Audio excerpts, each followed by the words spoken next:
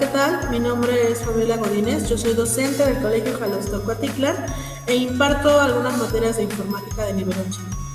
En este caso les voy a mostrar una de nuestras prácticas que realizamos como proyecto al final del sexto semestre, en donde trabajamos con el entorno de Flash, mejor conocido como Animate hoy en día.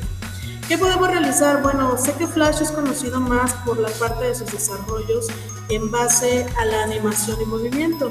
Claro está que, bueno, sí lo podemos considerar, sin embargo, no es lo único que podemos realizar. Lo que también podemos realizar son una serie de programas o de interfaces previamente programadas para una especificación en común.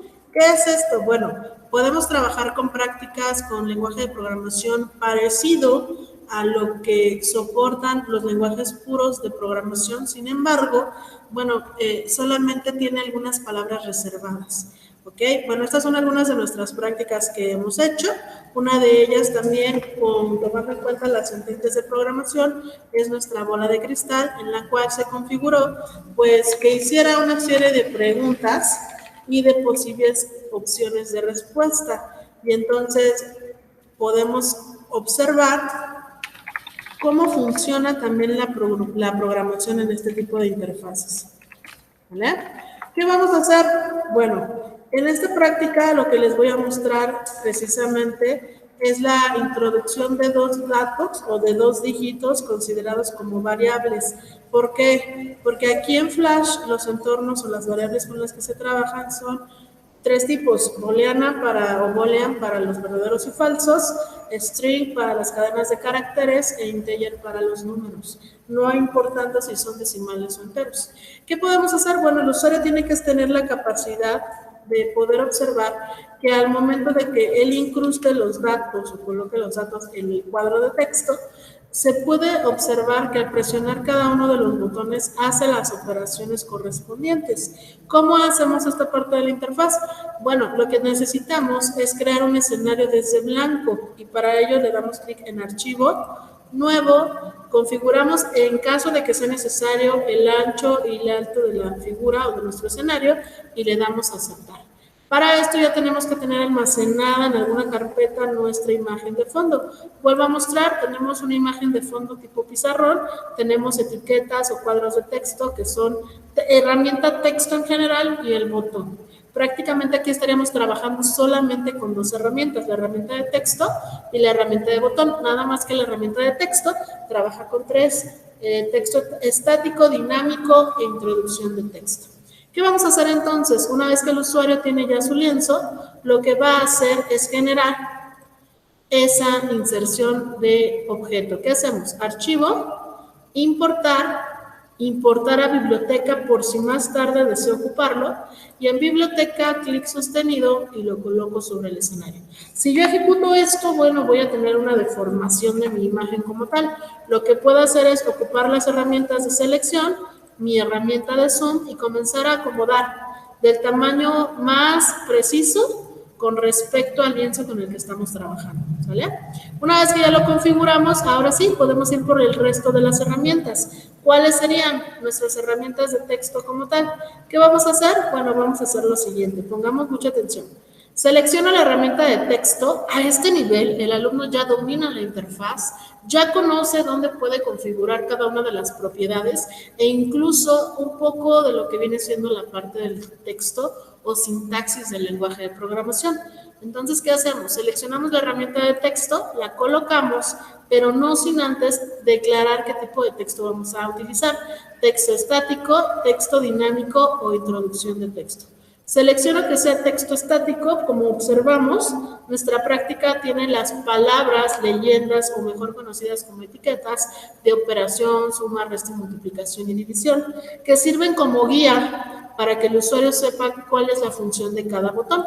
Entonces yo coloco la palabra que necesito dentro de mi interfaz, la acomodo con la herramienta de selección y si gusto o deseo cambiar tipo de letra, tamaño, color, alineación, lo puedo hacer seleccionando el objeto o nuestra herramienta y trabajando con el panel de propiedades. Otra herramienta con la cual trabajamos son los botones.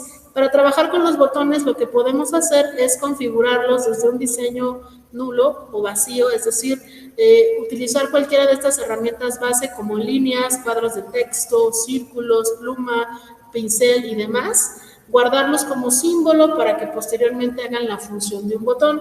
O bien, otra opción es buscar un botón en internet, importarlo a biblioteca y igual convertirlo a símbolo para que haga la función, porque si los dejamos sin esa parte o ese paso de convertirlos a símbolos, no van a hacer prácticamente ninguna función. O la más fácil, que es la que les gusta a la mayoría de mis alumnos, es irnos a menú ventana, bibliotecas comunes, elegimos la carpeta de botones y tenemos aquí toda una gama de posibles opciones de botones con los que quisiéramos trabajar. Desplazamos, damos clic sostenido sobre el botón con el cual deseemos trabajar y lo colocamos sobre el lienzo. Como este ya es un botón, si ustedes observan en biblioteca, ya se empieza a cargar como un objeto como tal. ¿Qué hacemos entonces? Bueno, igual sigue siendo un objeto, podemos manipularlo y entonces vamos por la etiqueta de suma. Recuerden, hay que declararla como un texto estático, decirle que sea la palabra suma. Quieres cambiarle tamaño, color, alineación dentro de la misma propiedad, ¿sale? La acomodamos y listo. Me faltan todavía más elementos como los cuadros de texto que aparecen aquí. Los primeros dos le permiten al usuario, como lo vieron en el ejemplo, capturar, ¿no? O registrar esos datos que necesita sin ponerle ninguna condición. El tercero va a mandar el resultado de lo que relacione con la parte del botón de la operación que él desea. Entonces, ¿qué vamos a hacer? Para poder colocar los cuadros de texto, nuevamente no hay otra herramienta. Selecciono la herramienta de texto y le voy a dar clic donde dice introducción de texto. Ese es uno de los 3 tipos de textos con los que voy a trabajar. Amplío, modifico, coloco según mis necesidades o mis características y entonces queda de esta manera. Puedo copiar o bien hacer el mismo proceso que les acabo de explicar para poder colocar el segundo cuadro de texto. No olvidemos que tenemos un tercero similar, pero no es cuadro de texto. Esta herramienta sirve para realizar la parte del total, ¿no? De la operación en conjunto, por eso se llama texto dinámico. Damos un clic y una vez que ya configuramos esto, podemos pasar a la programación. ¿Quiénes son los que llevan la programación? Mis alumnos ya saben que depende de la interfaz y depende del proyecto, van a decidir quién es el que lleva la programación. Hemos programado en línea de tiempo, hemos programado desde los mismos objetos, desde las mismas imágenes y hemos programado con los botones. En este caso, bueno, estamos trabajando la programación con el botón. Pensemos, si yo coloco un dígito en el cuadro de texto 1 y en el cuadro de texto 2 coloco otro, el resultado tiene que ser la suma correspondiente a esos datos que yo coloqué, ¿cierto? Entonces, ¿qué hacemos? Declarar variables y les muestro la interfaz con la que se trabaja la programación en Flash. Se llama ActionScript 2.0, perdón, existe la 3.0, sin embargo, bueno, esta es un poquito más dinámica. Pero con ActionScript 2.0 podemos realizar muchas interfaces de programación. Quiero que observen que el código con el cual estamos trabajando es muy pequeño y entonces no hay ninguna necesidad de colocar un texto grande, puesto que las palabras reservadas del programa ya te están diciendo qué es lo que tienen que hacer. Aquí está relacionando el botón con los cuadros de texto para realizar la operación correspondiente. Por ejemplo, ya antes de empezar la programación es importante mencionar que ya le declaramos un nombre a esa caja de texto y una variable en la parte de abajo. Un nombre a la segunda caja de texto y una variable como tal. Esa variable recibe el nombre de num1, num2 y esta se llama total.